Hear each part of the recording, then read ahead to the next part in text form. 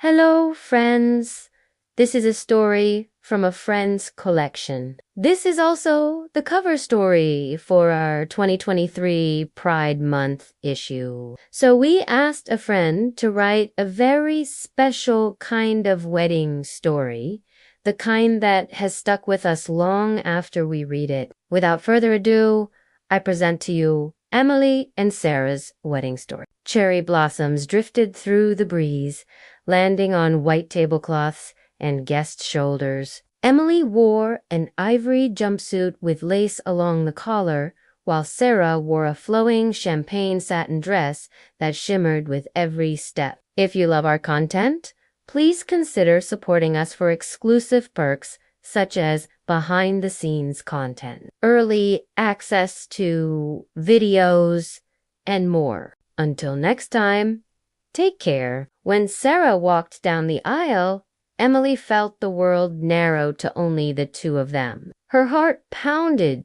as Sarah reached her and took her hands. During the vows, Sarah's voice trembled with emotion. "Emily, before you, I was afraid of love, but you showed me love that is both gentle and fierce. You've been my anchor and my wings. I promise to stand by you through every storm, to dance with you under every sky, and to grow old with you, laughing all the way." Emily wiped her tears as she spoke.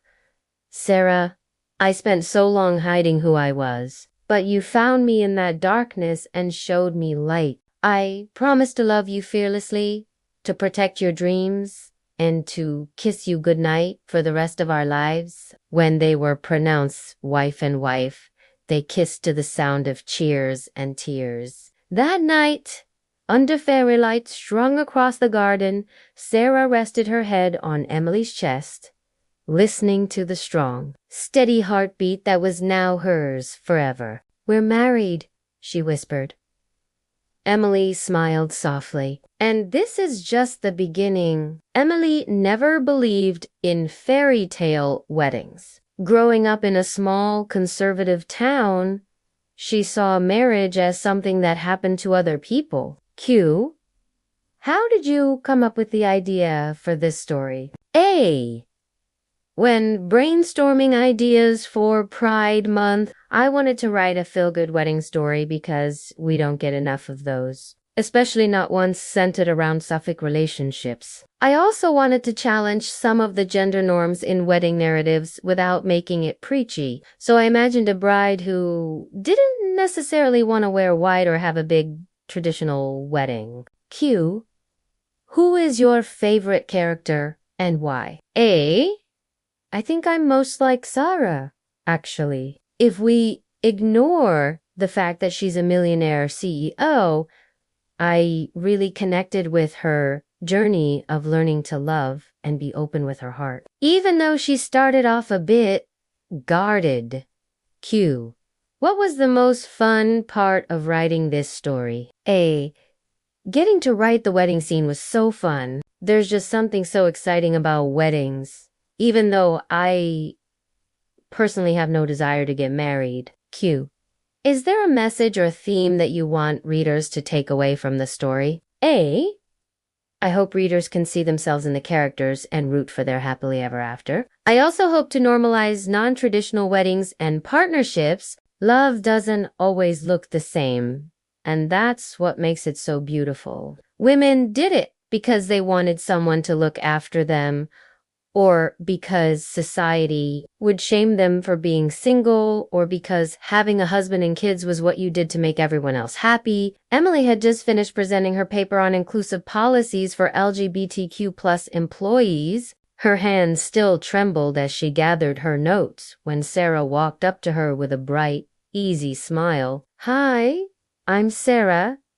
That was an incredible talk," she said, offering her hand. When Emily took it, an unexpected spark traveled through her fingertips. They ended up spending the entire day together, walking by the harbor, laughing over cheap coffee, and sharing stories about childhood dreams, feminism, and fears they rarely voiced aloud. As evening fell, Sarah pulled Emily into a gentle hug and whispered, "Let's not lose this." And they didn't. They dated for 4 years, weathering career shifts, family, tensions, and long distance. When Emily got a fellowship in Montreal, Sarah would drive 6 hours every weekend just to sleep beside her on a narrow mattress in a tiny apartment with peeling paint and a leaky kitchen tap. But to them, it felt like home.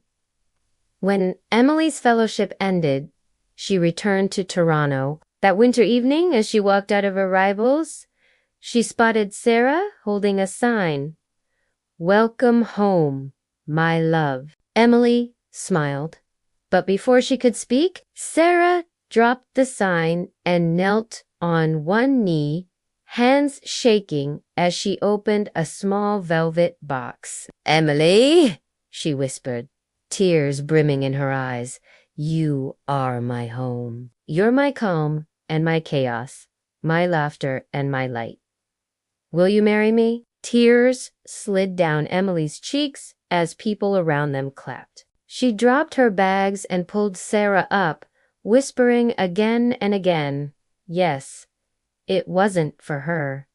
She knew she loved girls. It was even hard to figure out when most of your crushes are people like Alanis Morissette and Ellen DeGeneres. The thought of being with a boy, sleeping with a boy, or marrying a boy was unthinkable. Marriage wasn't something that happened to her until she met Sarah. They first crossed paths at a women's networking conference in Toronto. They planned a simple wedding in a botanical garden in late spring. Here is a little Q&A with the author of this story. Thank you so much for watching. If you liked this video, please hit like and subscribe.